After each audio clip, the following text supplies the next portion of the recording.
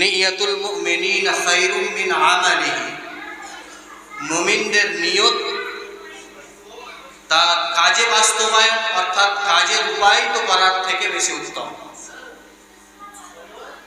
কোনো মুমিন যদি সৎ উদ্দেশ্যে সৎ নিয়তে আল্লাহর ওয়াস্তে যদি কোনো জিনিসের সূচনা করলো, তো সেটা সম্পাদিত হোক বা নাই হোক, সেটা পূর্ণতা লাভ করুক বা নাই করুক, নিয়াতুল মুমিনিন সংকল্প করাটা খায়রুম মিন আমালিহি তার আমল থেকে বেশি উত্তম, অর্থাৎ কাজে রূপায়িত করার থেকে বেশি উত্তম।